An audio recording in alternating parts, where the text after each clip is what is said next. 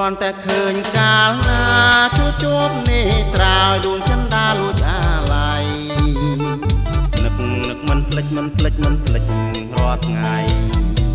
សំដីស្រីផ្អែមសំដីផ្អែមត្រជាក់ចិត្តតើគូព្រេងនាងណាវាសនាខ្ញុំមានឬទេតើនៅទុំនេះឬទេឬជាស្នេហ៍ទៅហើយខ្លោចប្រាប់ខ្ញុំផងបើសិននួនល្អងៀងមិនអាណិតដល់ចិត្តខ្ញុំទេ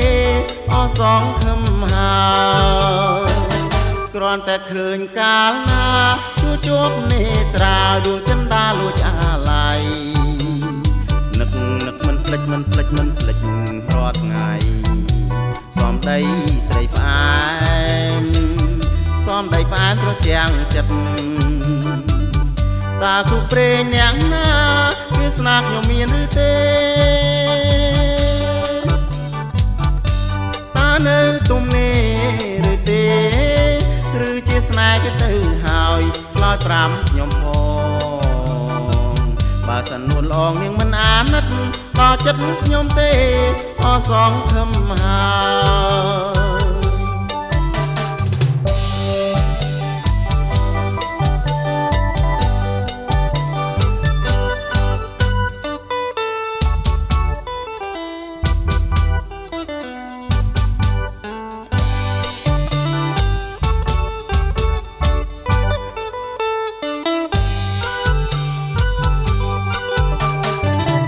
គ្រាន់តែឃើញកាលណាជួបនេះត្រាវដួងចន្ទាលួចអាឡ័យនឹកមិនភ្លេចរាល់ថ្ងៃសំដីស្រីផ្អែមសំដីផ្អែមត្រជាក់ចិត្តតើគូព្រេងនាងណាវាស្នាខ្ញុំមានឬទេតើនៅទុំនេះប្រាប់ខ្ញុំផងបើសិននួនល្អងនាងមិនអាណិតដល់ចិត្តខ្ញុំទេអសងខឹមហើយគ្រាន់តែឃើញកាលណាជួបនេះត្រាវដួងចន្ទាលួចអាឡ័យនឹកមិនភ្លេចរាល់ថ្ងៃសំដីស្រីផ្អែមសំដីផ្អែមត្រជាក់ចិត្តតើគូព្រេងនាងណា